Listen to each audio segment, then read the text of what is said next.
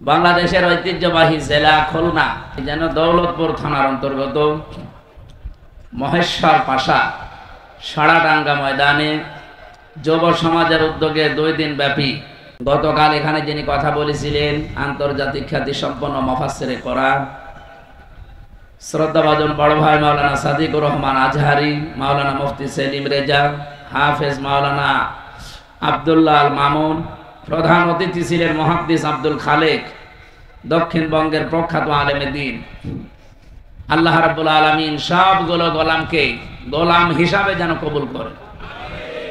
আল্লাহ সবচাইতে বেশি খুশি হয় পৃথিবীতে কয়টা কারণে বলেন তো? 4টা। আরো জোরে বলেন। 1 নম্বরে যখন আল্লাহ পৃথিবীতে কন্যা সন্তান কাউকে দেন তিনি তখন চরম খুশি হয়ে যান, কিন্তু বাস্তবতা হচ্ছে যার ঘরে এটা আসে সেই লোকটা বড় নারাজ হয়ে যায়। খুলনাবাসী কন্যা সন্তান দিতে পারলে আল্লাহ খুশি, আর যার ঘরে যায় সে নারাজ। কোন মানুষটা? وَإِذَا بُشِّرَ أَحَدُهُم بِالْأُنثَى ظَلَّ وَجْهُهُ مُسْوَدًّا وَهُوَ كَظِيمٌ। সূরা নাহলের ভেতরে এসেছে, হে নবী আপনি যখন তাদেরকে কন্যা সন্তান এই সুসংবাদ দিবেন দেখবেন ওই মানুষগুলোর মুখ কালো হয়ে গেছে। সুতরাং কন্যা হয়েছে এই কথা শুনলে নারাজ হয় কাফেরেরা। কারা? আমাদের যাদের কন্যা আছে আপনি নির্দ্বিধায় বিশ্বাস করতে পারেন, একটা কন্যা যদি কারো বাড়িতে থাকে সে যেন বিশ্বাস করে আল্লাহ তাকে একটা জান্নাত বরাদ্দ দিয়ে দিয়েছে। এ পর্যন্ত শুনে জনকে দেখলাম 2 হাত তুলেছেন, এবার শোনেন বাস্তব। নবীজি বলেন কোন বাড়িতে যদি একটা কন্যা সন্তান জন্মগ্রহণ করে সঙ্গে সঙ্গে 4 জন রহমতের ফেরেশতা ওই ঘরে প্রবেশ করে। মেয়েটার মাথায় হাত দিতে দিতে বলে এই দুর্বল দেহটা একটা দুর্বল দেহ থেকে বের হয়ে এসেছে। এই মেয়েটাকে যারা আদর যত্ন করবে, এর পেছনে যারা খরচ করবে, একে যারা দিন শেখাবে, সব পাত্র দেখে পাত্রস্থ করতে পারবে, এই 4টা কাজ যদি আদায় করতে পারে কিয়ামত পর্যন্ত আল্লাহর রহমত তাদের উপরে থাকবে। জিজ্ঞাসা করলে উনি বলবে 1 থেকে 5 পর্যন্ত। আমার ভাইরা বৃত্তি পরীক্ষা ফেরেশতারা নিষ্পাপ, তারা যদি কোনো দোয়া করে তাদের দোয়া কবুল হওয়ার সম্ভাবনা নেই। আরো জোরে বলেন নেই। ওনাদের দোয়ার ভেতরে 2টা বিষয় আমি লক্ষ্য করলাম। ফেরেশতারা বলেছে এই কন্যা সন্তানের উপরে যদি 4টা শর্ত কেউ আদায় করতে পারে তাহলে কিয়ামত পর্যন্ত আল্লাহর রহমত ওই মা বাবার উপরে থাকবে। আপনি কন্যা হয়েছে বলে আনন্দ করবেন, এরকম কন্যা তো মুসিবত জন্ম দিয়েছিল। কি হয়েছে? কন্যা হওয়ার পরে আপনাকে কাজ করা লাগবে কয়টা? আরো জোরে বলেন। 1 নম্বরে তাকে আপনি ভালোবাসবেন, মহব্বত করবেন। বিশ্বনবী বলেন আমি বাইরে থেকে যতদিন বাড়িতে এসেছি আমার মেয়ে ফাতেমাতুজ জোহরা, উম্মে কুলসুম, রুকাইয়া, যায়নাব রিদওয়ানুল্লাহি তাআলা আলাইহিম আজমাইন, এই মানুষগুলোর জন্য আমি কিছু না নিয়ে বাড়িতে আসি নাই। এত ভালোবাসা এত মহব্বত নবীজি মেয়েদেরকে করতেন। সুতরাং মেয়েদেরকে যারা ভালোবাসেন, মহব্বত করেন নিজের মেয়েকে, 2 নম্বরে তাকে তার পেছনে যারা খরচ করেন, তার লালন পালনের ভার যারা গ্রহণ করেন, তার কফিল তার দায়িত্বশীল অভিভাবক যারা হন, 3 নম্বরে তাকে যারা দ্বীনের শিক্ষা দেন। এই বিষয়টা আজকে খুব গুরুত্বপূর্ণ, যেহেতু সবাই ছেলে মেয়েকে মাদ্রাসা লাইনে দিতে চান না, আমরা অনেকেই কলেজ, স্কুল, বিশ্ববিদ্যালয় এগুলোতে পড়াতে চাই।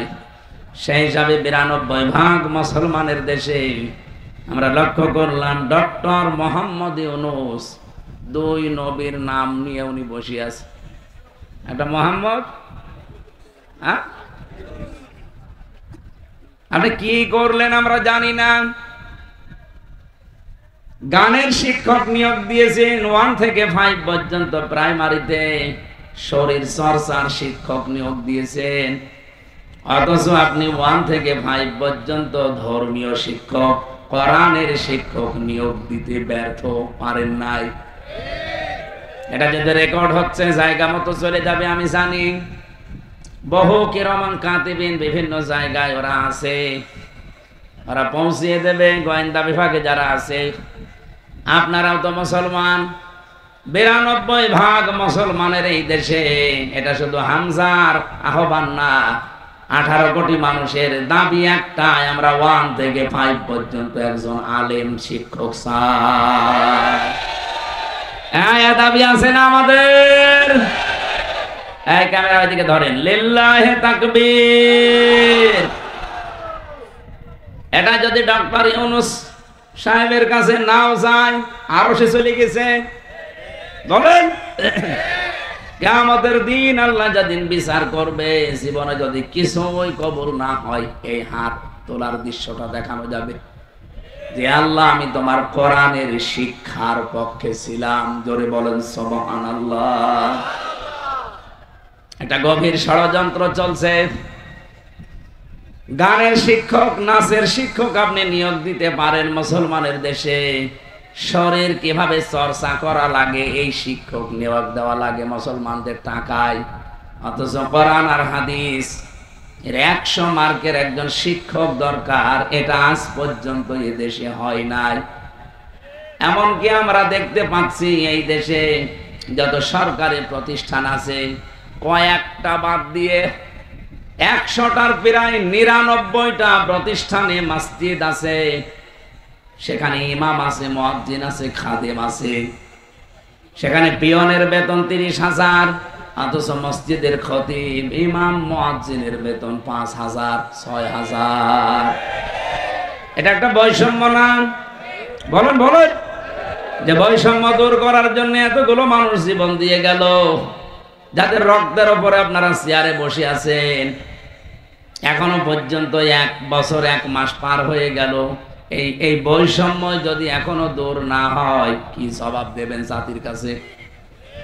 আশা করছি আগামী থেকে, আমার তো যতটুকু বাস্তবতা আমি দেখতে পাচ্ছি, সারা বাংলাদেশ ঘোরাফেরা করে যে জোয়ার এবার এসেছে, এই জোয়ারে ইনশাআল্লাহ ইসলাম সংসদে চলে যাবে।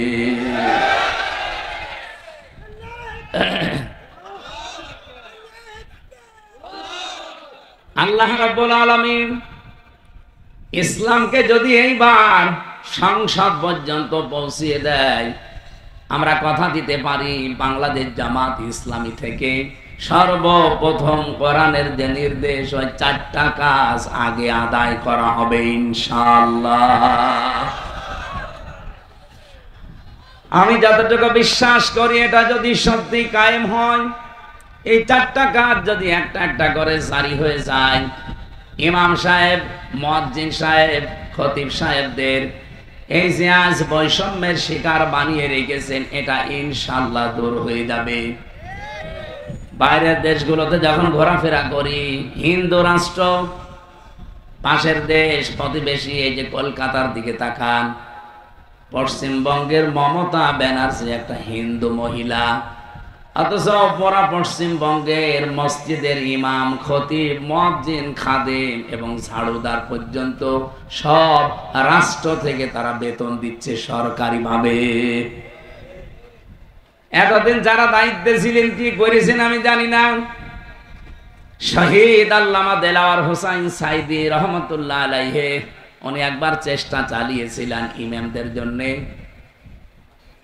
কিন্তু 100 জনের 51 জন না হলে তো পাস হয় না। এই জন্য আল্লাহর বান্দারে কথাটা পাস হয়নি। আমরা আগামী থেকে 300 এমপির ভেতরে এবার 151 জনকে এমন ভাবে পাঠাতে চাই যারা কোরআনে কারিম বুকে নিয়ে সংসদে যাবে। এই বৈষম্য দূর করাই লাগবে ইনশাআল্লাহ। বলেন ইনশাআল্লাহ। দ্বীনের শিক্ষা এই জন্য খুব মারাত্মক, এটা দরকার। সেই সিস্টেম আপনারা বন্ধ করে দিয়েছেন। ক্লাস 5-এ ক্লাস 8-এ আগে বৃত্তি পরীক্ষায় 100 মার্কের কোরআন হাদিস ছিল। এখানে যারা উস্তাদ আছে, যে আমার বন্ধু, উনি এক জায়গায় শিক্ষকতা করেন, জিজ্ঞাসা করলে উনিও বলবে 1 থেকে 5 পর্যন্ত পড়ার পরে বৃত্তি পরীক্ষা দেয় ছেলে মেয়েরা। ক্লাস 8-এ বৃত্তি পরীক্ষা দেয়। অথচ এই 15.5 বছরে যারা দায়িত্বে ছিল, দাদাদের কথা মতো তারা এই 2টা জায়গা থেকে কোরআন হাদিসের 100 মার্ক তুলে দিয়েছিল। ওরা সরাসরি বলে নাই যে কোরআন হাদিসের মার্ক চলবে না, পড়া যাবে না, এমন কায়দা কৌশলে এগিয়ে যাচ্ছিল। আমার দাদা বলছিলেন এক লোক নাকি তার বউকে খুব পিটাতো। ওর বউ বলছে, যেভাবে আমারে পিটাও তুমি কি আমারে রাখবা না, তালাক দিয়ে দিবা? স্বামী বলছে, কিলের ওজন দেখে টের পাও না। ওরা যা আরম্ভ করেছিল, আল্লাহ পাক যদি দয়া করে আগস্টের 5 তারিখে ওদেরকে এই ন্যাক্কারজনক অবস্থায় বিদায় না দিত, আমার মনে হয় এই দেশ যেভাবে এগিয়ে যাচ্ছিল, 1 বছরে দেশ রসাতলে চলে যেত। অন্তত আমরা যারা এখানে আছি, আমাদের সবার এক কথা, আমরা 1 থেকে 5 পর্যন্ত ছেলে মেয়েরা যারাই পড়বে তারা যেন কোরআন হাদিস 100 মার্কের পড়তে পারে। বলেন, দিনের শিক্ষা দেওয়া লাগবে আপনার মেয়েটাকে।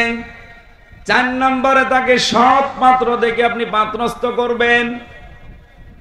নবীজি বলেন, এই ফেরেশতাদের দোয়ার ভেতরে 4টা শর্ত ছিল, যদি কেউ পালন করতে পারে, আল্লাহর দয়া, আল্লাহর রহমত ওই মা বাবা, ওই গার্জিয়ানের উপরে কতদিন থাকবে জানো? শুধু ইলা দুনিয়া পর্যন্ত না, ইলা ইয়াউমিল কিয়ামা, কিয়ামত পর্যন্ত আল্লাহর রহমত থাকবে। এই মেয়ের বাবা, এই মেয়ের মা যদি কিয়ামতে বিপদেও পড়ে যায়, এই মেয়েটার কারণে মহান আল্লাহ তাদেরকে নাজাত দিয়ে দেবেন। এখানে মেয়ে যাদের আছে কোনো চিন্তা করবেন না, আল্লাহ আপনার উপরে খুশি আছে, এই জন্য এটা দিয়েছে। 2 নম্বরে, আরে ভাই খুলনাবাসী, আমার এই বিভাগের লোক তো অনেক বড় মনের মানুষ। আমরা অন্তত মেহমান আসলে নারাজ না, আমরা খুশি না? বলেন বলেন। আল্লাহ নিজে খুশি হচ্ছেন মেহমান পাঠিয়ে, আপনি খুশি না মানে? 3 নম্বরে, আল্লাহ যদি আরেকটু বেশি খুশি হয়, তখন আল্লাহ ওই মানুষটার শরীরে, পরিবারে রোগ শোক দিয়ে দেয়। এই জন্য রোগ ব্যাধি হলে আপনি রাগ করবেন না, মনে করবেন আমার গোনা আল্লাহ পাক মাফ করে আমাকে নিষ্পাপ করছে। এমনকি শরীরের ভেতরে যে ফট বিভিন্ন ফোঁটা ওঠে, টিপ দিলে সাদা কি যেন বের হয়, আপনি মনে করবেন এই যে ব্যথা অনুভব হয়, এর দ্বারা একটা পাপ মাফ হয়ে যায়। মানুষের শরীরে যদি জ্বর আসে, যে শরীর গরম হয়, এটার দ্বারা যে কষ্ট পায় মানুষ, মুমিনের এর দ্বারাও পাপ মোচন হয়। এজন্য আল্লাহ বেশি খুশি হলে তাকে রোগ এবং ব্যাধি দেয়। 4 নম্বরে, রব্বুল আলামিন সর্বশেষ যখন সব চাইতে বেশি খুশি হয়ে যায় এলাকার উপরে, তখন ওর একা আল্লাহ বৃষ্টি নাজিল করে। জোরে বলেন সুবহানাল্লাহ। দুনিয়ায় কারো সাধ্য নেই বৃষ্টি দেওয়ার, এ দায়িত্ব শুধুমাত্র কার? এই যে আল্লাহ সব চাইতে বেশি খুশি হন এই 4টা কাজে, কিন্তু আমরা এই 4টা কাজে নারাজ। অথচ আল্লাহ পাক যে 4টা কাজ সবচাইতে বেশি ঘৃণা করেন, উনি অপছন্দ করেন, নারাজ হয়ে যান, রাগান্বিত হন, ওই 4টা কাজ আমরা পেলে আনন্দ করি। তার 1 নম্বরে যৌতুক। এটা বললে আমি আবার নিজেই ধরা খেয়ে যাব, দরকার নেই। আমার বিভাগ তো এই জন্য খুব সেইটে কথা বলা লাগছে। আমার নিজের বিভাগে যদি যৌতুক মুক্ত না হয়, বাংলার অন্যান্য বিভাগে গিয়ে আমি মুখ তুলে কথা বলবো কোন মুখ নিয়ে? আশা করছি আমার এই জেলা থেকে, আমার এই বিভাগ, প্রাণ প্রিয় বিভাগ, আমার এই খুলনা থেকে এটা আরম্ভ হওয়া লাগবে। এই বিভাগে কোনো যৌতুক থাকবে না ইনশাআল্লাহ। যৌতুকের টাকা না নিয়ে পায়খানা করে খেয়ে ফেলবেন। কি আপনি হাসলেন মানে? আরে ভাই, পায়খানা খেলে মাত্র একটা গুনাহ হবে, আর যৌতুকের টাকা যারা নিচ্ছেন ডবল গুনাহ হবে। 1 নম্বরে কবিরা গুনাহ, 2 নম্বরে জুলুমের গুনাহ। বের বাবার খুশি ছাড়া তার বাড়িতে বরযাত্রী খাওয়াচ্ছেন, এটা জায়েজ নেই। কারণ বরযাত্রী ইসলামে নেই, এটা হিন্দুদের সংস্কৃতি থেকে এসেছে। ইসলামে আছে অলিমা। কি আছে বলেন তো? এই অলিমা অনুষ্ঠান, এটা কি ছেলের বাড়ি হয় না মেয়ের বাড়ি? অথচ আমাদের এই দেশে এখন অলিমার সিস্টেম নেই, আছে শুধু বরযাত্রী।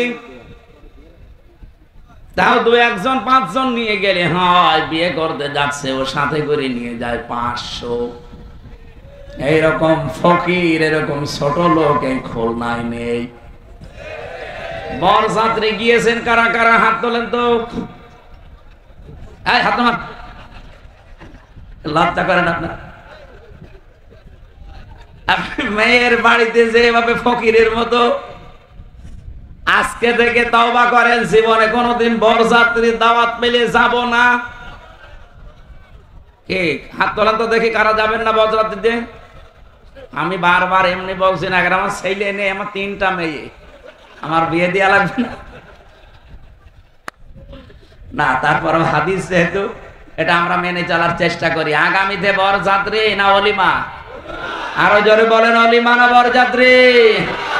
কোন বরযাত্রী সিস্টেম থাকবে না ইনশাল্লাহ। এই বিভাগ থেকে এই সংস্কার আমরা আরম্ভ করতে চাই।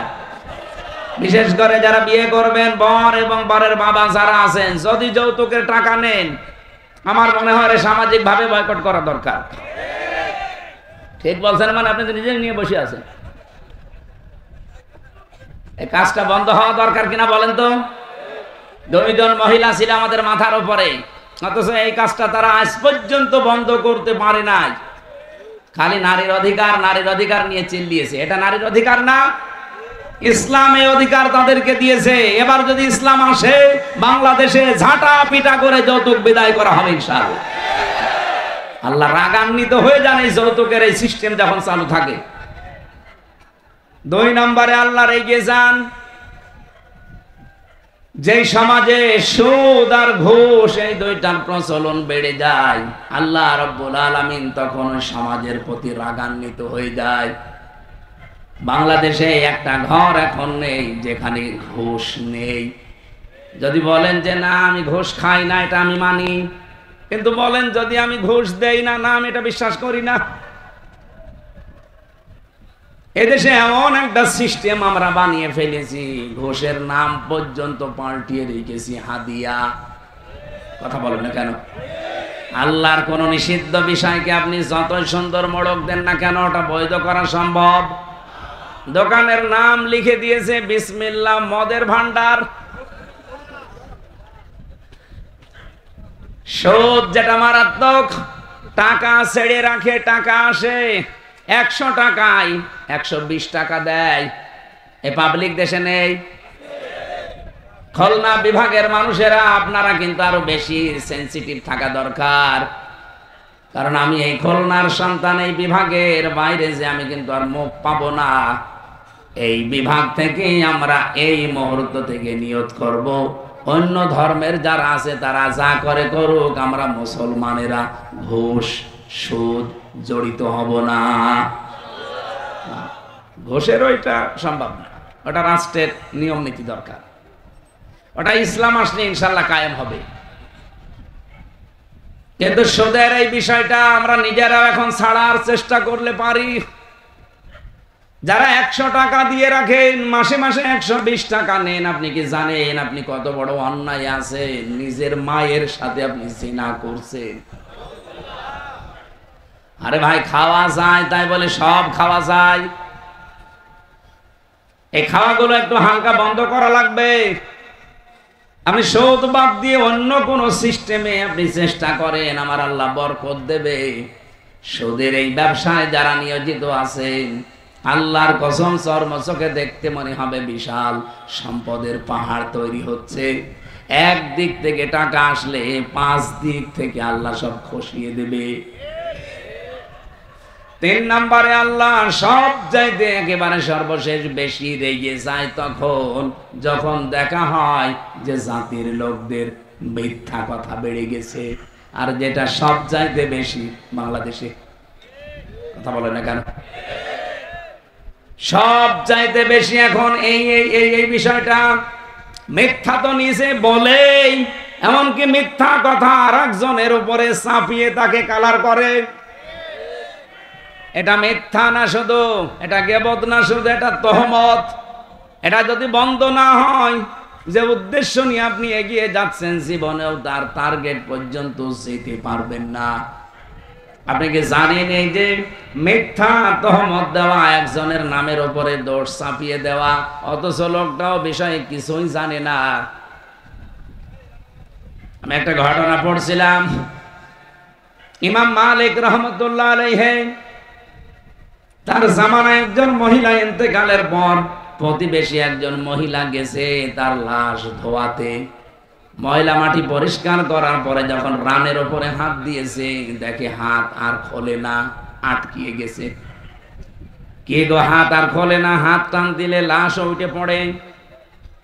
এলাকার ইমাম সাহেব ফতোয়া দিচ্ছেন যে জীবিত মহিলার হাত তো নষ্ট করা যাবে না, এই মারা গেছে মেয়েটার ওই জায়গা থেকে রানের গোশত কেটে দেন। কিন্তু এই মৃত মহিলার যে স্বামী এবং সন্তান, তারা বলছে না, আমার স্ত্রী খুব নেককার মানুষ, আমার মা খুব নেককার মহিলা, তার এখন মারা গেছে, তার রানের চামড়া কাটবেন, আমরা মানতে পারি না, হবে না, এটা দরকার ওই জীবিত মহিলার হাত কেটে ফেলেন। ওরা বলছে কি বলেন আপনারা, আমরা এসেছি আপনাদের উপকারের জন্য, আর এখন আমাদের হাত কাটবেন।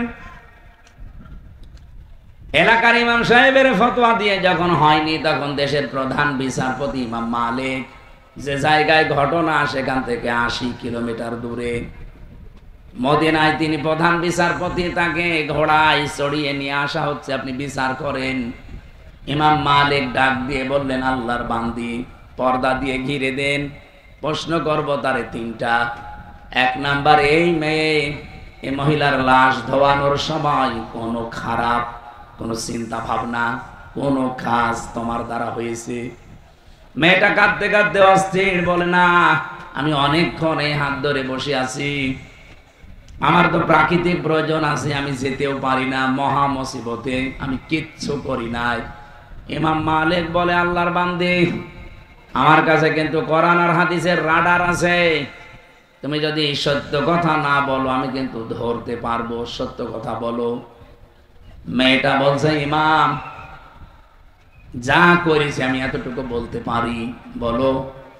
এ মেয়েটার লাশ যখন ধোয়াচ্ছিলাম, পেটের ময়লাগুলো বের করে যখন আমি রানে হাত দিয়েছি, ওই সময় একটা খারাপ মন্তব্য তার উপরে নিক্ষেপ করেছিলাম। কি সেটা? কয়েকদিন আমি দেখলাম তার সাথে একটা গাড়িতে করে একটা যুবক ছেলে যাচ্ছে বাড়িতে। মনে মনে একটা ধারণা করেছিলাম ওই সময় যে তুমি তো ভালোই চলতে, কিন্তু দলে দলে তোমার চরিত্র এত খারাপ। এই কথাটা আমি মন থেকে তার উপরে নিক্ষেপ করেছিলাম, মুখ দিয়ে কথা আমি বলতেও ছিলাম। এরপরেই দেখি হঠাৎ আমার হাত আটকিয়ে গেছে, আর খোলে না। ইমাম মালিক বলে, হ্যাঁ, আমিও একটা ধারণায় ছিলাম, মান সালিমাল মুসলিমুনা মিন লিসানিহি ওয়া ইয়াদিহি, রাহু মুসলিম। হযরতে আবু হুরায়রা থেকে বর্ণিত, বিশ্ব নবী ১৫০০ বছর আগে জানিয়েছেন, এই পৃথিবীতে প্রকৃত মুসলমান তো তারা যাদের হাতের দ্বারা আর মুখের দ্বারা অন্য মুসলমান শান্তিতে থাকে। তুমি কোন কারণে এই ধারণায় মেয়েটার উপরে নিক্ষেপ করলে? তুমি কি জানো তার সাথে যে পুরুষ মানুষটা গাড়িতে যাচ্ছিল, এ পুরুষটা কে? পরবর্তীতে এই মহিলার স্বামী এবং সন্তানকে জিজ্ঞাসা করে যে অমুক দিনে যে পুরুষটা এই মেয়েটার সাথে ছিল, এটা কে? ওরা বলছে, এইটা এই মেয়েটার বোনের ছেলে, তার মানে সম্পর্কে খালা। কি হয় বলেন বলেন? একজন পুরুষের যে ১৪ জন মহিলার সাথে দেখা করা যায় যাচ্ছে, কথা বলা যায় যাচ্ছে যাদের সাথে, তার ভেতরে আপন খালা নেই? কথা বলেন না কেন? এখানে যারা পুরুষ আছেন আপনি মহিলাদের সাথে কথা বলতে পারবেন, দেখা করতে পারবেন, কিন্তু 14 জন, এর বাইরে যদি আপনি কারোর সাথে দুনিয়ায় কথা বলেন, আপনি যদি কাবার ইমামও হয়ে থাকেন, পর্দা রক্ষা করা লাগবে। কিন্তু এই 14 জন পুরুষের সাথে আপনার পর্দা করা দরকার নেই। তার ভেতরে 1 নম্বরে বাবা, এরপরে ছেলে, এরপরে বোনের ছেলে। এই যে এটা আবার আপন বোনের ছেলে হওয়া লাগবে, ওই নাম ডাকা খালা হবে না। বহু মানুষ আছে রিকশায়, দেখে 2 জন মহিলা রিকশায় উঠতেছে, একটা মুরব্বী একটা যুবতী, মনে মনে করে এটা হয়তো খালার মেয়ে হবে, কিছুই পরিচয় নেই, যে বলে খালা ভালো আছেন। এটাকে খালা বলা উদ্দেশ্য নাকি খালার মেয়ে টার্গেট? আপনি খালা বললে এটা আপন খালার সাথে পর্দা রক্ষা করা লাগে না, তার সাথে কথা বলা যায়, দেখা করা যায়। নাম ডাকা খালা, চাচাতো খালা, মামাতো খালা, এগুলো বাদ। অথচ বাংলাদেশে আপন খালার সাথে সম্পর্ক ঠিক নেই। কোথায়? যশোরে ধর্ম খালা পাতিয়েছে, বছরে 14 বার যাচ্ছে।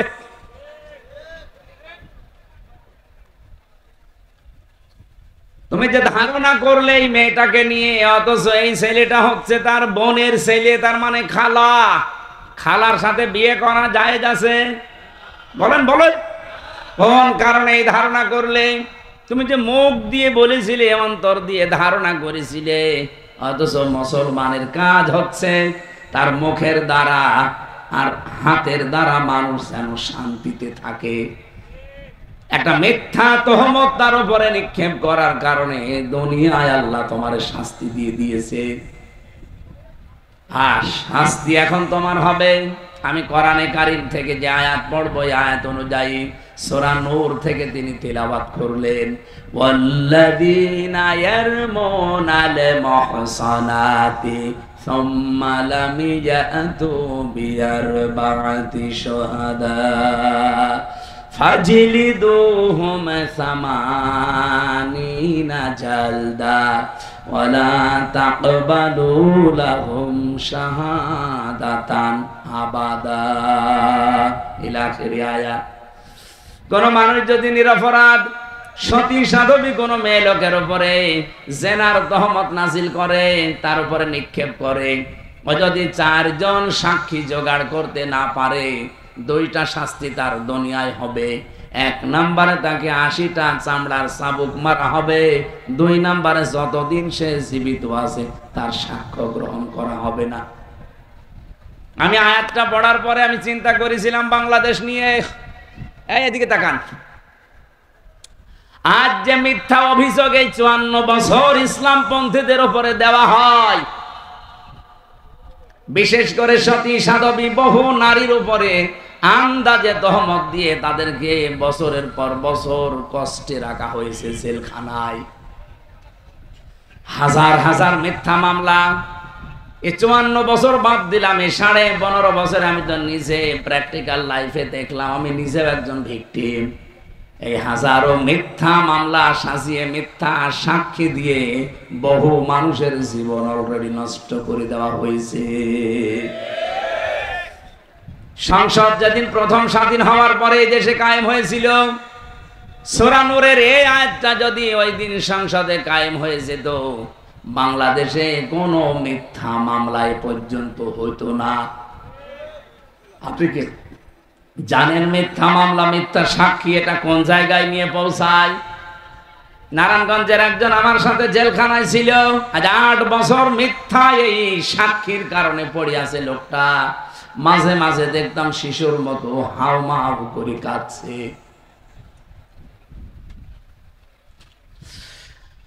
বাংলাদেশের মুসলমানেরা কান খাড়া করে শোনেন, এটা শুধু খুলনার জন্য বলছি না, সারা বাংলাদেশের জন্য। আগামীতে ইসলাম যদি চায় সত্যি, মিথ্যা মামলা মিথ্যা সাক্ষী চিরতরে বঙ্গোপসাগরে ঝাঁটা মেরে বিদায় করা হবে। আমরা তো চাই যারা মামলার আয়ু, আমার মামলার আয়ু ছিল আপনার এই খুলনা ফুলতলার আল্লাহর ওলি আমারে রিমান্ডে যেভাবে কষ্ট দিয়েছে আমি কিয়ামত পর্যন্ত হায়াত পেলেও ভুলবো না। আমার মাথার চুল থেকে পায়ের তালু পর্যন্ত একটা ইঞ্চি জায়গা বাকি নেই যেখানে ওরা টর্চার করে নাই। শরীরটা আজ ভেঙে গেছে, আমি স্বাভাবিক এখন হতে পারি না শুধু রিমান্ডে অত্যাচারের কারণে। অথচ পোড়া ডাহা মিথ্যা জিনিস ওরা নিজেরাও জানতো। কাউন্টার টেররিজমে যারা দায়িত্বে ছিল গোপালগঞ্জের এই জারোর সন্তানগুলো, আসাদুজ্জামান, মনিরুল ইসলাম, আব্দুল মান্নান, আর আপনাদের খুলনায় বাড়ি শেখ ইমরান, ফুলতলায় বাড়ি। বাকি চিটাগাঙের আতিকুর রহমান ভইয়া, জাহিদ হোসেন, এরকম 12 জন আমার রিমান্ডে যেভাবে অত্যাচার করেছে মিথ্যা জিনিসের উপরে ভর করে। ওরা নিজেরাই এসে বলতো ওই মাটির নিচের ঘরে যে আপনার কোনো দোষ নেই, আমরা জানি। আপনি জানেন তো আমরা ছাড়েন না কেন? না, কিছু দেওয়া লাগবে না ভাই, অন্য কাউকে দিয়ে দেন, আর এখানে আসবেন না। নিজে যেহেতু প্র্যাকটিক্যাল দেখেছি এই জন্য আয়াতটা আমি এখানে সেট করলাম। এই মিথ্যা মামলা এবং মিথ্যা সাক্ষী যদি বাংলাদেশ থেকে বন্ধ করা যায়, আমার যতটুকু বাস্তবতায় জ্ঞান আমি দেখেছি, হাজারো মানুষ এই দেশে নিরাপদে চলতে পারবে। এখনো যারা আতঙ্কে আছেন যে মিথ্যা মামলা আমরাও খাই কিনা, মিথ্যা সাক্ষী আমাদের বিরুদ্ধেও জোগাড় হয় কিনা, বাঁচতে যদি চান আগামীতে ইসলামকে সংসদে পাঠান, নয়তো আবার গাড়া কলে পড়বেন। আমরা 15 বছর পড়েছিলাম, আপনিও পড়বেন। অন্য ধর্মের যারা আছে তারাও আতঙ্কে থাকে। আপনাদের হাতে পায়ে ধরে বলছি, এখনো বোঝার চেষ্টা করেন, ইসলাম ছাড়া নিরাপত্তা দেওয়ার অধিকার এই পৃথিবীতে কারো নেই। বহু মানুষ গলাবাজি করেছে, দাদাদের প্রেসক্রিপশন অনুযায়ী বহু মানুষ লাফিয়েছে, কিচ্ছু হয় নাই। ইসলামকে আপনি 5 বছর লাগবে না, 2 বছরের জন্য একটু এনে দেন। এই দেশে কোন ঔষধ কোন জায়গায় দেওয়া লাগবে ইসলাম ভালো করে জানে। এবার একটু এনে দেওয়া যাবে না? ইসলাম এবার সংসদে যাক, কারা চান দেখি? লিল্লাহে তাকবীর, লিল্লাহে তাকবীর।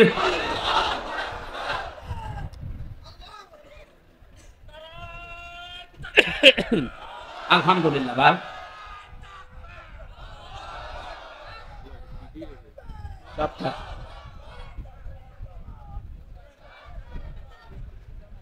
আমার মনে বড় আশা, আমি আল্লাহর ওলিকে দেখতে চাই, কিন্তু পাচ্ছি না। কোথায় যে আছে আল্লাহর ওলি?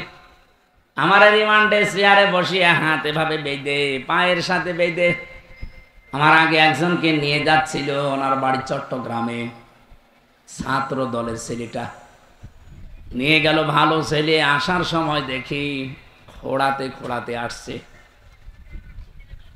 হাতের এই নখ দিয়ে রক্ত পড়ছে। বললাম কি হয়েছে ভাই? মাটির নিচে তো কোনো আওয়াজও বাইরে যায় না। আমারে বলছে, হামজা ভাই, ভালো মানুষ তো নিয়ে গেল, দেখলেন? যাবার পরে এরকম একটা চেয়ারে বসিয়ে দিয়েছে, এই হাত হ্যান্ডকাপ দিয়ে আটকিয়ে দিল, 2 হাত পায়ের সাথে বেড়ি লাগিয়ে দিল, গলার সাথে একটা বেল্ট বেঁধে দিল, চোখটা কালো কাপড় দিয়ে বেঁধে দিল, একটা সুইচে টিপ দিল। এক টিপ মারলে নাকি 120 বার ঘোরে। মিনিটে যদি 120 বার ঘোরে, সেকেন্ডে কয়বার? বলেন বলেন, আপনি কল্পনা করেন তো নিজেকে ওই জায়গায়। একটা মানুষ সব বাধা চেয়ারের উপরে, 1 মিনিটে আপনি 120 বার ঘুরবেন। আমার মনে হয় চোখ খুলে দিলে আপনি দুনিয়া 10টা দেখতে পাবেন। হাতের নখের গুলোর দিকে তাকিয়ে দেখি একটা একটা করে প্লাস দিয়ে নখগুলো সব তুলে ফেলেছে। পায়ের দিকে তাকিয়ে দেখি রক্ত ঝরছে, একটা নখও নেই। ওর অপরাধ কি? অপরাধ এতটুকু যে ও বিএনপির ছাত্র দলের লোক। ছাত্র দলের উপরে যদি এই হয়, ছাত্র শিবিরের কেন্দ্রীয় সভাপতি আমার আগে ছিল রিমান্ডে, জনাব দেলাওয়ার হোসেন। আল্লাহর এই বান্দাকে ফুটবলের মতো ওরা পিটিয়েছে। এই আসাদুজ্জামান নামে এই জারজ সন্তানটা আমার নিজে রুমের ভেতরে চোখ বেঁধে চেয়ারে বসে আমারে বলছে, দেলাওয়ারকে আমরা ফুটবলের মতো পিটিয়েছি, লাথিয়েছি। এই মিথ্যা সাক্ষীর কারণে, মিথ্যা মামলার কারণে হাজার হাজার মানুষ এই দেশ থেকে অন্যায় ভাবে বিদায় নিয়েছে, তার জীবনটাও নষ্ট হয়ে গেছে। আগামীতে আবার এই সম্ভাবনা অনেকের জীবনে দেখতে পাচ্ছি। বাঁচতে যদি চান এখনো ইসলামের হাতে দেশটা তুলে দেন, সবাই নিরাপদে থাকবেন।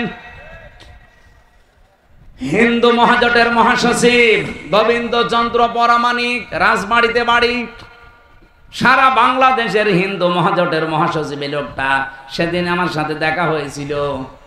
বলছিল, হুজুর ইসলাম যদি দেশে আসে আমার বিশ্বাস বাংলাদেশের সব ধর্মের লোকেরা নিরাপদে থাকবে। সে একটা হিন্দু হয়ে বুঝে ফেলেছে, আর আপনি এখনো বোঝেন না। আশা করছি এবার বুঝবেন। এরপরেও যদি আপনার বোঝ না আসে, আমার মনে হয় আপনার বিবেকের উপরে কুকুরে পোশাক করিস। ও বলছে ঠিক।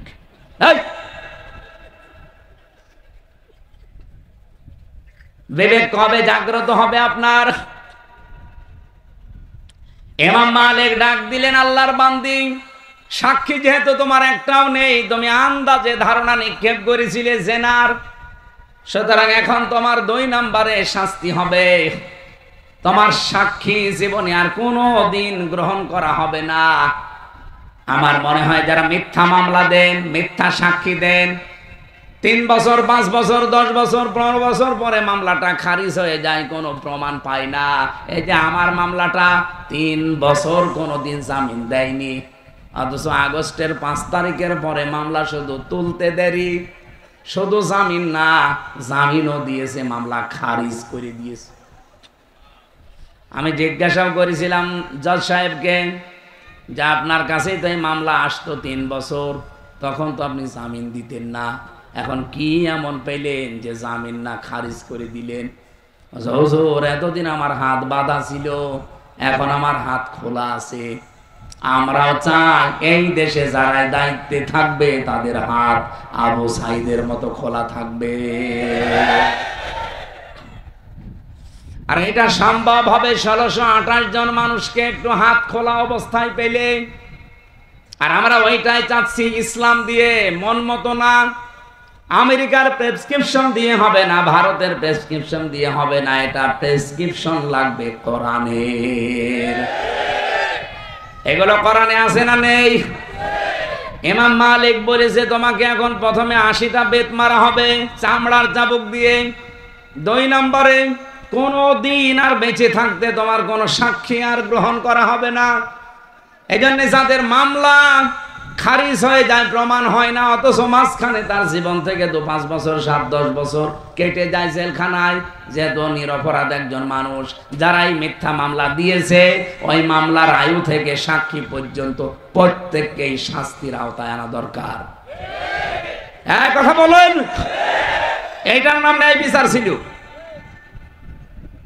আমার মনে হয় এই সিস্টেম যদি আগামীতে ইসলাম কায়েম করতে পারে, এই দেশে হাজার হাজার মানুষ মিথ্যা মামলা, মিথ্যা সাক্ষী থেকে বেকসুর খালাস পেয়ে যাবে। 1,10,000-এর মতো মানুষ এখনো জেলখানায় আছে সারা বাংলাদেশে। আমার মনে হয় 10,000 মানুষও জেলখানায় থাকার কথা না। আমার সাথে যারা ছিল 100 জনের প্রায় 70 জন নিরপরাধ। আমি তো হিসাব করে দেখতাম, বিশেষ করে বিডিআর যারা, এরা 100 জনের 98 জন নিরপরাধ, 2-1 জনের অপরাধ থাকতে পারে, ওটা স্বতন্ত্র, বাকিগুলো সব এই দাদাদের চক্রান্ত। আমার খুলনাবাসী ইমাম মালিক বললেন, জাল্লাদ চামড়ার চাবুক নিয়ে একটা একটা করে 80টা মহিলার পিঠের উপরে বেত লাগাও। 79টা হয়ে গেছে, কিন্তু হাত খোলে না। জাল্লাদ এসে বলে, হুজুর আর একটা বাকি আছে, কিন্তু হাত খোলে না। ইমাম মালিক বললেন, কোরআন আমি 100% বিশ্বাস করি, এটা কোনদিন মিথ্যা হবার না। তোমার একটা যখন বাকি আছে, এবার আর আন্দাজে না, তুমি বিসমিল্লাহ বলে বাকি চাবুকটা নিক্ষেপ করো। আমি বিসমিল্লাহির রহমানির রহিম বলার পরে তিনি আঘাত করলেন, সঙ্গে সঙ্গে হাত চট করে খুলে গেছে। আমি তার জীবনী পড়তে গিয়ে এটা পেয়েছি, পৃথিবীতে কোনো পাপের শাস্তি যদি হয়ে যায়, কিয়ামতের দিন আল্লাহ ওই পাপের জন্য ডবল করে আর বিচার করে না।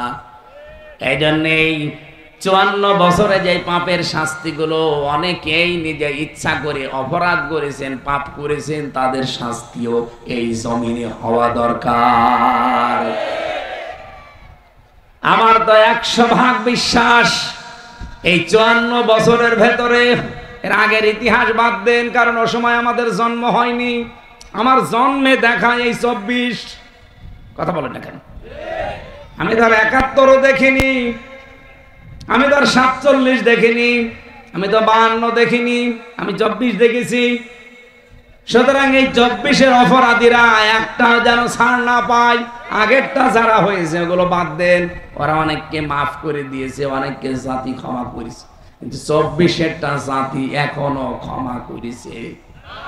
আমরা চাই দৃশ্যমান বিচার খুব তাড়াতাড়ি যেন আমরা দেখতে পাই। কত মানুষ শুধু নির্বাচনের জন্য একেবারে পাগল হয়ে গেছে। আরে ভাই, বিচার যদি স্পষ্ট আপনি দেখতে না পান, নির্বাচন দিয়ে আবার ঠিক ওই 9 সালের মতোই হবে, ওই 14 সালের মতোই হবে, ওই 18 সালের মতোই হবে, সর্বশেষ এই 24 সালের মতো হবে। কথা বলেন ঠিক কিনা? আমরা চাচ্ছি এদেশে আর কেউ যেন মিথ্যা তহমত কারো উপরে দিতে না পারে। এটা আল্লাহর কাছে সবচাইতে বড় ঘৃণিত এবং রাগান্বিত বিষয়।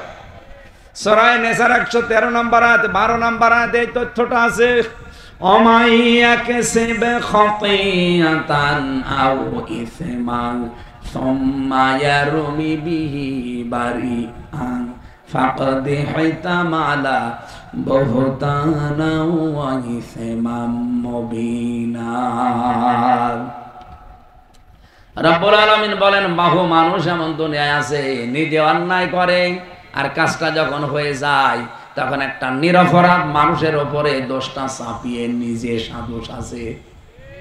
এই চরিত্র বাংলাদেশে আছে না নেই? আপনি টের পাচ্ছেন না কত বড় অপরাধে আছেন? রাজনৈতিক প্রতিহিংসার কারণে আজ এটা বেশি করছে অনেকে। এই কথা বলে না কেন? রাজনৈতিক শুধু প্রতিহিংসার কারণে একজনকে কালার করার জন্য, ডাউন করার জন্য এমন এমন মিথ্যা তহমত তার উপরে চাপিয়ে দিচ্ছে যেটা শয়তান পর্যন্ত বিশ্বাস করে না। আশা করছি এই সংস্কৃতি বন্ধ হবে, এই দায় চাপানোর সংস্কৃতি। এতদিন করতো এক দলের লোক, এখন দেখছে আর এক দলের লোক উঠে পড়ে লেগেছে, কিছু হলেই অমকের উপরে দায় চাপিয়ে দাও। হ্যাঁ, কথা বলে না কেন? এই সিস্টেম নেই দেশে। যে যাই করুক না কেন অমকের উপরে দায় চাপিয়ে দাও। মনে হচ্ছে ওরা দুনিয়ায় দায় নেওয়ার জন্য জন্ম নিয়েছে। অথচ 1977 সালে প্রতিষ্ঠিত হওয়ার পর থেকে এই 25 সাল পর্যন্ত তাদের একটা কোন সদস্যের বিরুদ্ধে, কর্মীর বিরুদ্ধে ধর্ষণের কোন মামলা সারা বাংলাদেশে নেই। যারা আজ নারীর পক্ষে কথা বলে নিজেদেরকে সফি সাজাতে চান, তাদের বিরুদ্ধে মামলা 30টার উপরে ধর্ষণের। বাকিগুলো তো বললামই না। আশা করছি আপনারা এই কথাটা এখন বুঝবেন। যাদের উপরে যেই দোষ চাপিয়ে দেওয়া হয়, এই দোষ যদি সেই লোকটা না করে, এই অপরাধ আল্লাহ আপনাকে দিয়ে করাবে, এরপরে আপনার মরণ হবে। যা যা করেছিল হাসিনা আলেমদের উপরে, ডক্টর মাহমুদুর রহমান আমার দেশ পত্রিকার সম্পাদক একটা বই লিখেছে, আলেমদের উপরে নিপীড়ন। দেখেননি? যদি কারো কেনা থাকে দেখে নেবেন। কি করে নাই? আমার সাথে 76 জন আলেম ছিল এক জায়গায়। সারা জেলখানার আচরণ একরকম, আর আলেমদের সাথে আচরণ আর এক রকম। যদি জেলারকে সোফারকে বলতাম এত কড়াকড়ি কেন কেন, বলে আমাদের উপরে নির্দেশ আছে। কাদের? আর বলতো না। কোরবানির কয়েকদিন আগে তো আমারে ধরেছে, বললাম যে জেলার সাহেব, সোপার সাহেব, আপনি সর্বোচ্চ জায়গায় জেলখানায় একটু অনুমতি দেন। যে বাড়িতে 1 মিনিট কথা বলি যে কোরবানি একটা ওয়াজিব কাজ, এটা দেবে না তারা তো গার্জিয়ানের কাছে জিজ্ঞাসা করবে। এত করে তার কাছে আমরা এই ৭৭-৭৬ জন আলেম মিলে কথা বললাম, থোড়াই কি আর কিচ্ছু মনে করলো না। গিয়াসউদ্দিন কুমিল্লায় বাড়ি, ওনারও কিছু করার নেই, কারণ ওনার হাত পা বাঁধা, কিছু করলে ওনারা ট্রান্সফার করে দেবে অথবা চাকরি খেয়ে নেবে। এই ছিল দেশের অবস্থা। যা যা করেছিল আলেমদের উপরে, জনগণের উপরে, আল্লাহ সবগুলো এখন যারা ছিল তাদের উপরে চাপিয়ে দিয়েছে। কোরআনে কারিমের একটা আয়াত বেশি বেশি মনে পড়ছে, সূরা আনআম 30 নম্বর আয়াত। এদিকে তাকান। قد خسر الذين كذبوا بلقاء الله حتى إذا جاءتهم الساعة। রব্বুল আলামিন বলেন, ক্ষতিগ্রস্ত হয়ে গেছে ওই মানুষের জীবন যে মানুষগুলো পৃথিবীতে এটা বিশ্বাস করে যে আল্লাহর সাথে সাক্ষাৎ করা লাগবে না, আল্লাহর সাথে আমার সাক্ষাৎ হবে, দেখা হবে, এটা যারা বিশ্বাস করেন না, আল্লাহ পাক তাদের জন্য বলেন হঠাৎ করে যখন মরণ চলে আসবে তখন ওই মানুষগুলো পেছনের দিকে তাকাবে আর আফসোস করবে। ক্বালু ইয়া হাসরাতানা আলা মা ফাররাতনা ফিহা। আমি কি পাঠালাম, এই আয়াতটাতে কত বাস্তব। আমি সেদিন সিঙ্গাপুরে দেখলাম, মালয়েশিয়াতে গিয়েছিলাম, যে হোটেলে উঠি দেখি নিচে 2 জন বসে বসে চা খাচ্ছে। যে বললাম কি এখানে কেন? বলছে হুজুর আমরা আগেই পালিয়েছি। আপনি পালালেন কেন? আপনার না 620টা বাড়ি দুদুকে খুঁজে পেয়েছে, আল জাজিরা রিপোর্ট দিয়েছে আপনার বাড়ির সংখ্যা সারা পৃথিবী মিলে 620টা, অথচ আপনি আজ হোটেলে থাকেন, কিছুই তো ভোগ করতে পারলেন না। কি করলেন জীবনে? আচ্ছা হুজুর দোয়া করেন, দোয়া আসবে আপনার জন্য। বাংলাদেশের বাড়িগুলো নয় জনগণ জ্বালিয়ে দিয়েছে, পুড়িয়ে দিয়েছে। বাইরের দেশে সাহেব পাড়া আছে আপনার, এদিকে তাকান, আপনার বেগম পাড়া আছে, সিঙ্গাপুরে বাড়ি আছে, একটাতেও থাকতে পারেন না। এই মালয়েশিয়াতে আপনি বেগম পাড়া সাহেব পাড়া বানিয়েছেন, থাকতে পারেন না, থাকেন আজ হোটেলে, প্রতিদিন 20,000 50,000 টাকা করে ভাড়া দিয়ে। এখান থেকে যদি কেউ শিক্ষা না নেন, আবার যদি ওই ফ্যাসিস্টদের মতো ওই জালেমদের মতো আচরণ কেউ আরম্ভ করেন, অনেকে তো আরম্ভ করে দিয়েছে। বাবা শাহজালাল, মদের কাছে কুত্তা বিড়াল সব হালাল। মনে আছে যে বাবার দেশ পেয়েছে, যত রকমের অন্যায় অবৈধ অত্যাচার, বিশেষ করে চাঁদাবাজির কারণে যাদের উপায় হয়েছে এই 1 বছর 1 মাসে কোটি কোটি টাকার উপরে। আমি এটা মিথ্যা বললাম? খুলনায় না হতে পারে আমার কুষ্টিয়া, আমি তো নিজে দেখতে পাচ্ছি। কোন মার্কেটে ঢুকতে পারি না, হাউমাউ করে জড়িয়ে ধরে কান্নাকাটি করে যে আর পারি না, সুযোগ যে কবে আসবে এই জালেমদের চিরতরে বিদায় করার জন্য। এখানে যারা চাঁদাবাজি করছেন তারা কিন্তু নিজেকে যেমন ডোবাচ্ছেন, দলকেও ডোবাচ্ছেন। আপনি কি মনে করেন যে চাঁদাবাজি না করলে চলা যায় না? বাংলাদেশ জামাত ইসলামীর বিপক্ষে তো কোনদিন আজ পর্যন্ত চাঁদাবাজির একটা মামলা পেলাম না। তারা চলছে কি করে? আপনি অবৈধভাবে ইনকাম করছেন করেন, কিন্তু সাবধান বাণী আল্লাহর আমার না, আমি শুধু অ্যাডভার্টাইজ করছি। আপনি যদি এই 1 বছর 1 মাসে 500 কোটি টাকার মালিক হন, ও তো 620টা বাড়ি বানিয়ে একটাও থাকতে পারে না। আপনি 500 কোটি টাকার মালিকও যদি হন, 1 টাকাও ভোগ করতে পারবেন না। এগুলো তো যাবেই, আরো নিজের বাবারটাও যাবে। আমি এটা বানালাম। অহুম ইয়াহমিলুনা আওজারহুম আলা যুহুরিহিম। আল্লাহ পাক বলেন এই মানুষগুলো তাদের পাপের বোঝা পিঠের উপরে বহন করে নিয়ে যাচ্ছে, যাবে। আল্লাহ যদি এখানে ছাড় দিতেন আমি আয়াত পড়তাম না। আল্লাহ দিয়েছেন আউসার, এরপরে দিয়েছেন ইয়াহমিলুনা, এটা মজারে, বর্তমান, ভবিষ্যৎ, প্রেজেন্ট, ফিউচার। সুতরাং যারা মানুষের সম্পদ আত্মসাৎ করা, ফাঁকি দিয়ে খাওয়া, অন্যায় ভাবে ঘুষ সুদের মাধ্যমে ভক্ষণ করা, চাঁদাবাজি করা, আপনি কি টের পাচ্ছেন কি হয়ে যাচ্ছে? কিয়ামতের ওই কঠিন ময়দানে আপনার পাপের বোঝা কিন্তু শুধু ওই 10 কেজি 20 কেজি থাকবে না, বাড়তেই থাকবে।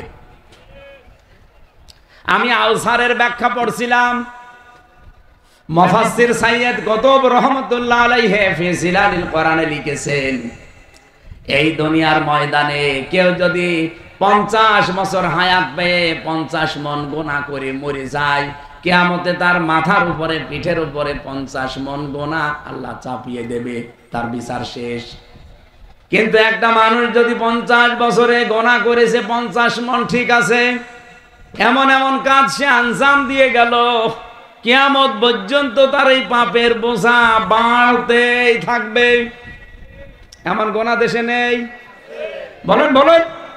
আপনি এমন একটা ছাত্র সংগঠন বানিয়ে গেলেন, আপনি মরে গেছেন, কিন্তু তারা তো থেমে নেই, তারা বিশ্বজিৎকেও ছাড়ে না। এরকম ছাত্র সংগঠন নেই? বিশ্বজিৎকে যে কুপিয়েছিল ওই ছেলেটা আমার সাথে জেলখানায় ছিল, শাওন, এই খুলনায় বাড়ি, কপিলমণি, কপিলমণি আছেন একটাকে যায়, ওই জায়গায় বাড়ি। কয়েকদিন আগে তার মা বাবা হাউমাউ করে কাঁদছিল, আমারে বলছে একটু দেখেন ছেলেটার কতদিন ছেলে থাকবে। এক বাবের এক ছেলে। আপনি মারা গেলেন, কিন্তু আপনার ছাত্র সংগঠন এমন, ওরা বসে নেই, ওরা মানুষকে কুপিয়ে মারে, ওরা পাথর দিয়ে মারে। আপনি মরে গেছেন 50 মন গুনাহ নিয়ে, আপনার এই দলীয় লোকজন যতদিন দুনিয়ায় টিকে থাকবে, ওরা যত অপরাধ করবে ফ্লাক্সি লোড হয়ে আপনার আমল নামায় যেতেই থাকবে। গোনা ছিল 50 মন, কিয়ামত আসতে আসতে গোনার পাল্লা হবে 500 মন। হ্যাঁ, কথা বলেন। এরকম জীবন বাংলাদেশে কারো নেই। এতটুকু বলে আল্লাহ শেষ করেন, এর পরেরটা আর মারাত্মক। আল্লাহ পাক বলেন আলা সামায়াসিরুন, এই মানুষগুলোকে কিয়ামতের ময়দানে যখন পাপের বোঝাগুলো একটার পরে একটা বাড়তে থাকবে, 50 মন, 100 মন, 150 মন, 200 মন, 5000 মন যখন হয়ে যাবে পাহাড়ের মতো, ফেরেশতারা বলবে কত নিকৃষ্ট বোঝা এই লোকটা বহন করে নিয়ে যাচ্ছে। ও বাংলাদেশের রাজনৈতিক নেতারা নিজেরা তো অপরাধ করছেন, এমনকি মানুষ দিয়ে যারা অপরাধ করাচ্ছেন, একটু বিবেকের কাছে প্রশ্ন করেন, আপনার গোনা 500 মন ছিল, কিয়ামতের দিন যদি 50,000 মন হয়ে যায়, ফেরেশতারা যদি দেখে বলে কত নিকৃষ্ট বোঝা এ নেতা বহন করে নিয়ে যাচ্ছে, ও লজ্জা রাখবেন কোথায়? আশা করছে আপনার বিবেকের উপর একটা ধাক্কা দেবে আয়াতটা। বাড়িতে যে সূরা আনামের এই 30 নম্বর আয়াত একটু ব্যাখ্যা সহ পড়েন, দেখবেন আপনি পরিবর্তন হতে পারবেন। কোরআনও যদি আপনার পরিবর্তন আনতে না পারে, আপনি বিশ্বাস করতে পারেন আপনার কপালে আর হেদায়েত নেই। কথা বলেন ঠিক কিনা? সুতরাং আল্লাহ যে 4টা কাজে সবচাইতে বেশি রাজি, আর যে 4টা কাজে সবচাইতে বেশি নারাজ, আল্লাহ আমাদেরকে এখান থেকে মাহফুজ রাখেন, বলেন আমিন। যেহেতু রবিউল আউয়াল মাস, এই কেন্দ্রিক একটা আয়াত পড়েছি, তাফসীর আকারে কথা বলতে চাচ্ছি। সূরা আনামের 50-51 নম্বর আয়াত। রব্বুল আলামিন বলেন, আমাদের দেশের জন্য এটা এত জরুরি, আমি বিশ্বের যতগুলো দেশে গেছি, শুধু বাংলাদেশ আর ভারত, এই 2টা দেশে এই আয়াতটা আমার মনে হয় 100 ভাগ কার্যকর। আন্দাজে নবীর উপরে এমন এমন জিনিস চাপিয়ে তাকে আমরা আল্লাহর উপরে তুলে ফেলি। বিশেষ করে যে রবিউল আউয়ালে আমরা ঈদে মিলাদুন নবী বানিয়েছি, ঈদ মুসলমানদের জন্য 2টা, একটা ঈদুল ফিতর, ঈদুল আজহা, এর বাইরে মুসলমানের কোনো ঈদ নেই। কথা বলেন না কেন? সুতরাং ঈদে মিলাদুন নবী এই খুলনা বিভাগে পালন হয়েছে কিনা আমি জানি না, যদি হয় আগামী বছর থেকে আর হবে না ইনশাআল্লাহ, কারণ এটা সুস্পষ্ট বেদাত।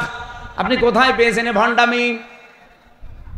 ঈদে মিলাদুন নবী নামে কোন ঈদ এই পৃথিবীতে আল্লাহর পক্ষ থেকে এসেছে? বলেন বলেন। আপনি আনন্দ করেন, রাসূল যেই দিন জন্ম নিয়েছিলেন তার শুকরিয়া আদায় করার জন্য ওই দিন উনি রোজা রাখতেন। আপনি রোজা রাখেন?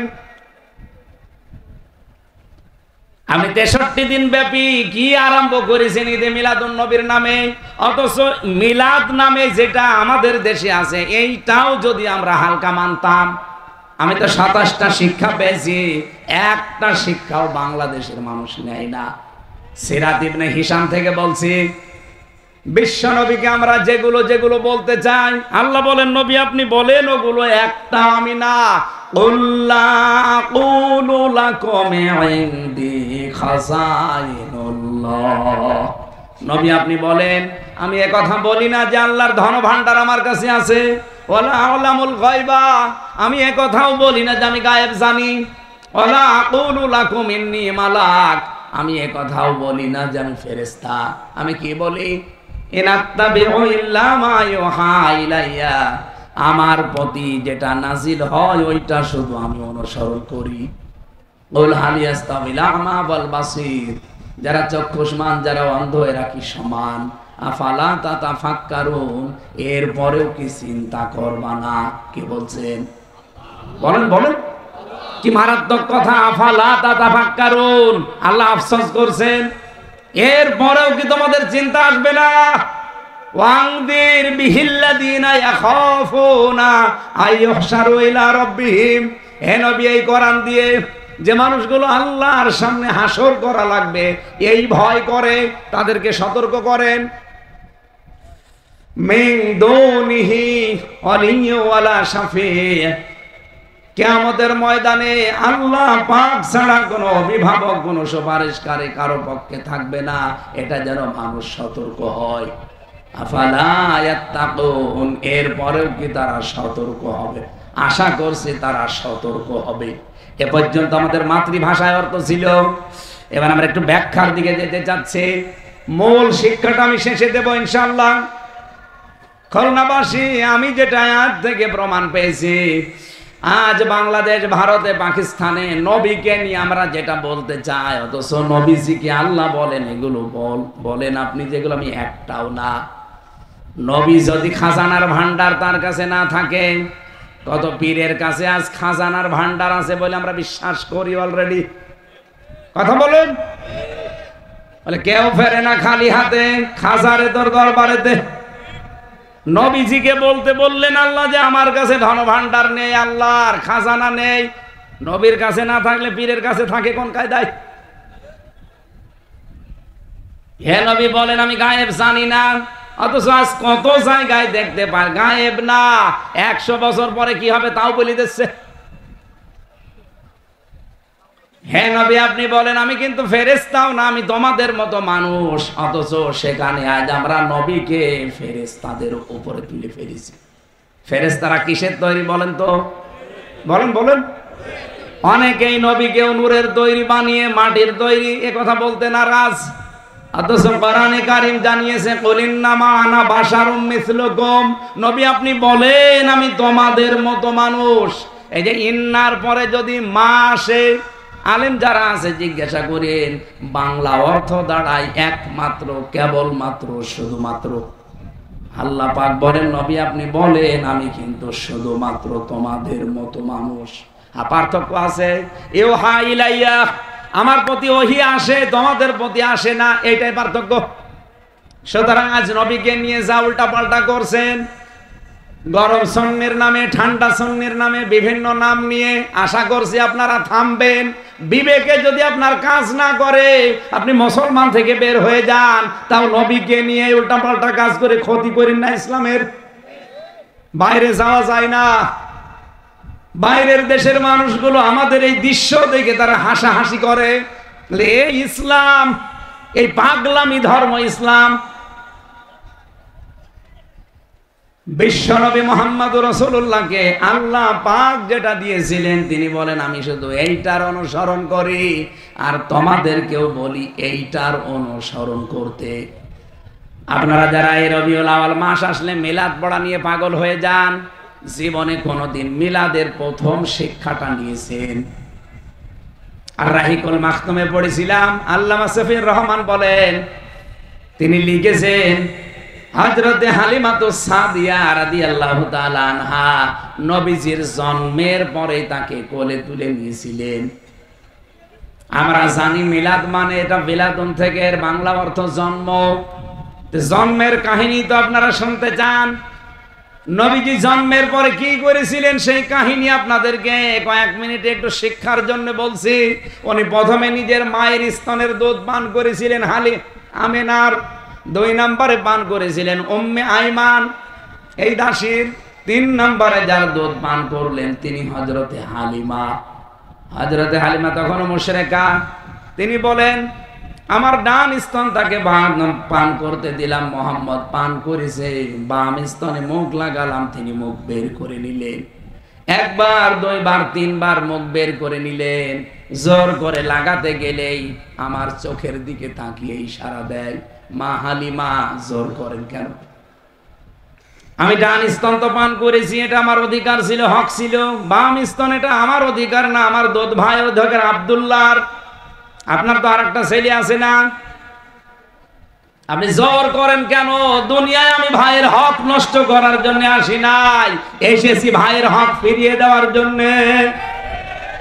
খুলনাবাসী এই রবিউল আউয়ালে জন্ম নিয়ে যেই নবী মায়ের কোলে বসে ভাইয়ের হক নষ্ট করে না, ফিরিয়ে দেয়, সেই রবিউল আউয়াল এসেছে, অথচ আমরা তার উম্মত। দিন যত যায়, যত বড় হয়, আমরা ভাইয়ের হক নষ্ট করার জম হয়। কি মিলাদ পড়েন আপনি? মিলাদের এরকম 27টা শিক্ষা পেয়েছি, একটাও নেয় না, শুধু আন্দাজে মিলাদ পড়ে, ইয়া নবী। এগুলো বাদ দেওয়া লাগবে। আমি সতর্ক করছি আপনাদেরকে কোরআন দিয়ে, আনদির বিহিল্লাদিনা, কেন? এখাফুনা আইয়ুহশারু ইলা রাব্বিহিম, কারণ আপনারা সবাই আল্লাহর সামনে দাঁড়াবেন, এই ভয় করেন না? করেন না? আল্লাহর সামনে আমাকে দাঁড়ানো লাগবে, এই ভয় যাদের আছে তাদেরকে বলছি, লাইসা লাহুম মিন দুনিহি ওয়ালিয়্যুন, কোন ওলি পাবেন না, কোন অভিভাবক পাবেন না, বন্ধু পাবেন না, ওয়ালা শাফি, সুপারিশকারী কাউকে পাবেন না আপনার সামনে। যদি কোরআনে কারিমের যে সতর্ক বার্তা আছে 500, এগুলো নিজের জীবন থেকে শুরু করে ব্যক্তিগত থেকে আন্তর্জাতিক জীবনে মিলাতে না পারেন, কেউ আপনার পাশে মরণের পরে দাঁড়াবে না। কোরআনের সতর্ক বাণী শোনেন। কোরআনে 500টা আল্লাহর বিধান আছে। আমরা আগামী থেকে এই দেশে এই 500 বিধানই দেখতে চাই। এই কথা বলেন, দেখতে চান না? এটা যদি কারো কাছে রাজনীতি মনে হয়, ধান্দাবাজি মনে হয়, দুনিয়ার কাজ মনে হয়, তাহলে কোরআনের সূরা আনাম এই 51 নম্বর আয়াত কেটে বাদ দিয়ে দেন।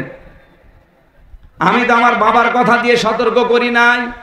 কিয়ামতে আইয়ুহশারু ইলা রাব্বিহিম, রবের সামনে আপনাকে দাঁড়ানো লাগবে।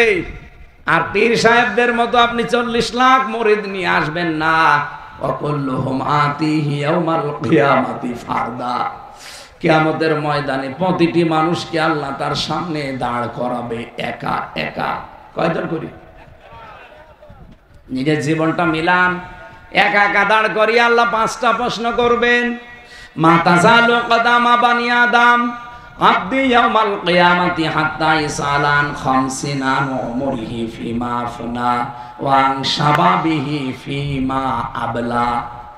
কিয়ামতের দিন 5টা প্রশ্ন করব তোদেরকে, সঠিক জবাব দেওয়া ছাড়া সামনেও যেতে পারবি না, পেছনেও যেতে পারবি না, জায়গায় দাঁড়িয়ে থাকবি। 1 নম্বরে তোর জীবন দিয়েছিলাম 60, 70, 80 বছর, কিভাবে কাটালি ওইটা বল। 2 নম্বরে যৌবন দিয়েছিলাম, এটা কোথায় কাটিয়েছিস বল। ও বাংলার যুবকেরা, সামনে কিন্তু সময় আসছে যৌবনের কঠিন সিদ্ধান্ত নেওয়ার। এবার যদি ভুল করেন সারা জীবন বেকার থাকবেন। আর ইসলামের হাতে তুলে দেন, আপনার কর্মসংস্থানের দায়িত্ব ইসলামের। বাংলাদেশের যুবকেরা বাইরে যেয়ে দেখি রাস্তা ঝাড়ু দেয়, টয়লেট সাফ করে, থালা বাসন ধোয়, অথচ এই যুবকদের এই দেশে হাজার হাজার লক্ষ লক্ষ কর্মসংস্থান তৈরি করার পরিবেশ আছে। শুধু নেতাগুলো সৎ হওয়া লাগবে। সেদিন এই আমেরিকাতে এক মন্ত্রীর সাথে দেখা, মানে বলছে হুজুর আমি ভালো হয়ে গেছি, এই দেশে যে বাজেট হয় আপনারা তো সামনে ইসলামকে নিয়ে যেতে চান, জনগণকে জানাবেন 100 টাকা যদি বাজেট হয় রাস্তার জন্য 3 টাকা খরচ হয় আর বাকি 97 টাকা আল্লাহর ওলিরা খেয়ে ফেলে। আমরা আগামীতে এরকম ওলিদের হাতে দিতে চাই? বলেন বলেন। যারা 100 টাকার 97 টাকা খেয়ে ফেলবে, 3 টাকার কাজ করবে, এরকম মানুষ দিতে চান? যারা 100 টাকার 100 টাকায় কাজ করবে। আমিরে জামাত ডাক্তার শফিকুর রহমান এই ঘোষণায় সব মহাসম্মেলনে দিয়েছিল, মহাসমাবেশে তার সর্বশেষ ঘোষণা ছিল, জামাত ইসলামী থেকে যদি কেউ এমপি হয়, মন্ত্রী হয়, যা বাজেট হবে ওইটাই সে খরচ করবে। এর চাইতে বলার আর বেশি কিছু নেই। এরপরেও যদি দেশের মানুষের আস্থা তৈরি না হয়, আমার মনে হয় এই দেশের মানুষ দিয়ে আর হবে না, ফেরেশতা লাগবে।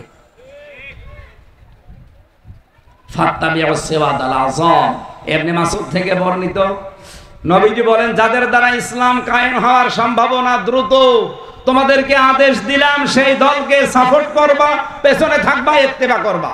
বাংলাদেশে যত দল কাজ করছে, আমার পর্যবেক্ষণ, আমার অবজারভেশন এইটা, বাংলাদেশে ইসলাম তাড়াতাড়ি কায়েম করতে পারে এই মুহূর্তে বাংলাদেশ জামাত ইসলামী।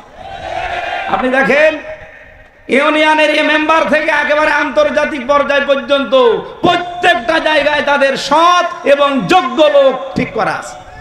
অন্য কোন দলের হাতে দিলে এই পরিমাণে আপনি পাবেন না, তাদের লোকও নেই। এই কথা বললেন না কেন?